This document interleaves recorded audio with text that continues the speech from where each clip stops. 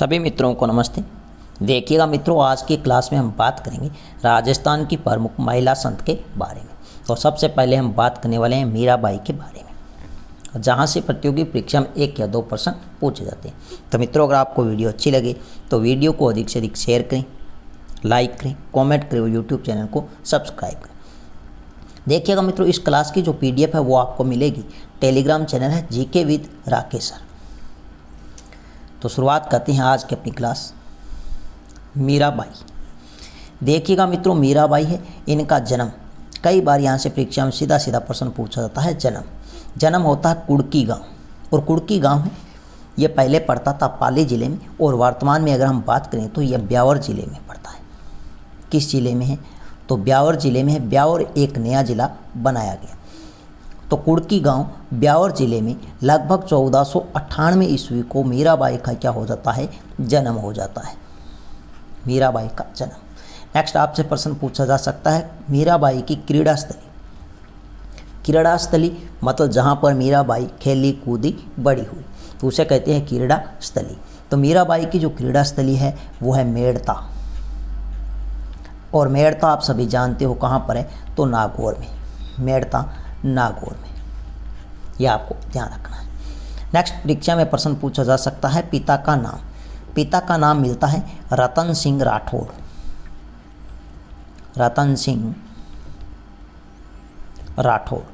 तो मीराबाई किस वंश से थी? तो आपको ध्यान रखना है राठौड़ वंश से थी। माता का नाम अगर आपसे पूछे तो कंवरी बाई।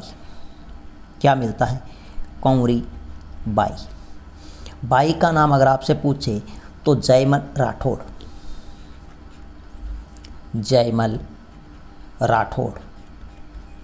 अगर आपसे पूछे मीराबाई के भतीजे का नाम, तो भतीजा है वीर कलाजी राठौड़। कौन है? वीर कलाजी राठौड़। कलाजी राठौड़। तो भाई भतीजे का नाम क्या है मीराबाई के? तो कलाजी राठौड़। मीराबाई के दादाजी है, इनका नाम मिलता है राठौड़ राव दूधा। राठौड़ राव दूधा, ये मीराबाई के क्या थे? दादाजी थे। बचपन का नाम अगर आपसे पूछे तो मीराबाई का बचपन का नाम है पेमल। क्या नाम मिलता है? पेमल। उपनाम जो सबसे अधिक बार परीक्षा में प्रश्न पूछा गया है, वेरी वेरी इंपॉर्टेंट है उपनाम। तो उपनाम मिलता है राजस्थान की राधा। राजस्थान की राधा के उपनाम से लोकप्रिय है तो वो अपने मीराबाई है। तो यह आपको ध्यान रखना है, प्रश्न पूछा जा सकता है कि राजस्थान की राधा के उपनाम से प्रसिद्ध है तो मीराबाई, या फिर प्रश्न पूछा जा सकता है मीराबाई का उपनाम राजस्थान की राधा। नेक्स्ट ध्यान रखना, मीराबाई है इन्होंने दासी संप्रदाय की स्थापना की। तो यह वेरी वेरी इंपॉर्टेंट है, प्रश्न पूछा गया कि दासी संप्रदाय की स्थापना की तो मीराबाई ने की थी। मीराबाई है इनके जो मुख्य गुरु है उनका नाम मिलता है चंपा जी। उनका नाम क्या मिलता है? चंपा जी। वैसे तो इनके मुख्य गुरु का नाम क्या है? चंपा जी है, यह आपको ध्यान रखना है। वैसे गुरु एक इनके तुलसीदास भी रहे हैं। कौन है? तुलसीदास भी। नेक्स्ट ध्यान रखना, मीराबाई की जो शादी है वो किसके साथ होती है? भोजराज। भोजराज की अगर हम बात करें तो यह मेवाड़ के महाराणा, मेवाड़ के राणा सांगा, मेवाड़ के राणा सांगा के ज्येष्ठ पुत्र थे। ज्येष्ठ पुत्र थे। अब ध्यान रखना, कुछ समय बाद में भोजराज की क्या हो जाती है? मृत्यु हो जाती है। कुछ समय बाद भोजराज की मृत्यु होने पर मीराबाई भगवान श्री कृष्ण की मूर्ति, भगवान श्री कृष्ण की मूर्ति को अपना पति मानकर पूजा करने लगी। अब भगवान श्री कृष्ण की मूर्ति को अपना पति मानकर पूजा करने लगी तो भोजराज है इनके एक भाई आते हैं विक्रमादित्य। क्या नाम मिलता है? विक्रमादित्य। वह बहन आती है, उसका नाम मिलता है उदा। क्या नाम है, उदा। इन्होंने दोनों ने मिलकर क्या किया, मीराबाई को मारने का प्रयत्न किया। लेकिन मीराबाई भगवान श्री कृष्ण की परम भगत थी, इसलिए उन पर कोई भी प्रभाव नहीं पड़ा। तो भोजराज के भाई विक्रमादित्य व बहन उदा ने मीराबाई को मारने का प्रयत्न किया। अब मीराबाई क्या करती है, चित्तौड़गढ़ छोड़कर चली जाती है। मीराबाई कहाँ पर रहती थी, चित्तौड़गढ़। अब चित्तौड़गढ़ छोड़कर कहाँ चली जाती है, वृंदावन। वृंदावन कहाँ पर है, आप सभी जानते हो, यूपी उत्तर प्रदेश में है। यहाँ पर चली जाती है और यहाँ पर गोस्वामी को अपना गुरु मानकर भगवान श्री कृष्ण जी की पूजा करने लगती है। तो अपना गुरु किसको मानती है, यहाँ पर गोस्वामी जी को। गोस्वामी जी को अपना गुरु मानकर भगवान श्री कृष्ण की पूजा करती है। लेकिन कुछ समय बाद में मेवाड़ के महाराणा उदय सिंह मीराबाई को लाने हेतु सूरदास चंपावत के नेतृत्व में एक दल भेजते हैं वृंदावन उत्तर प्रदेश।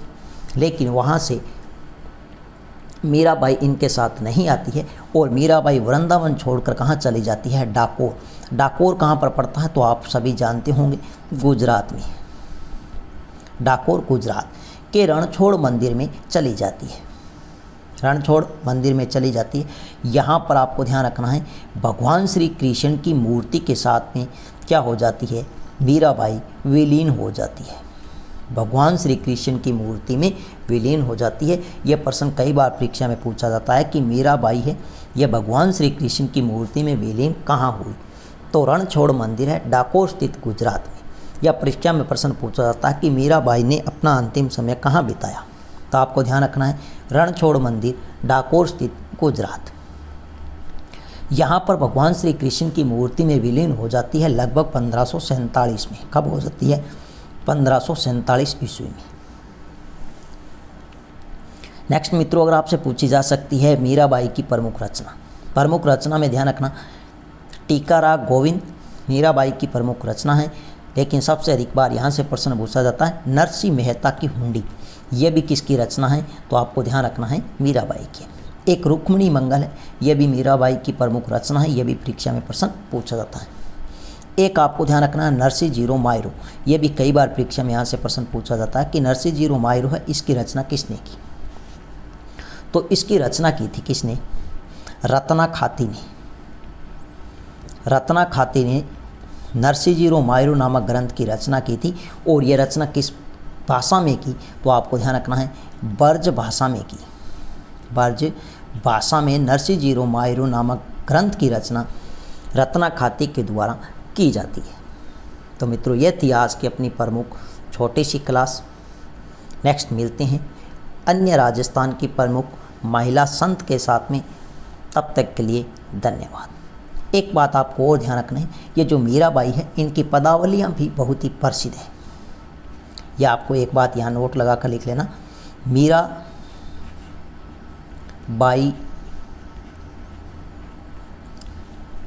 की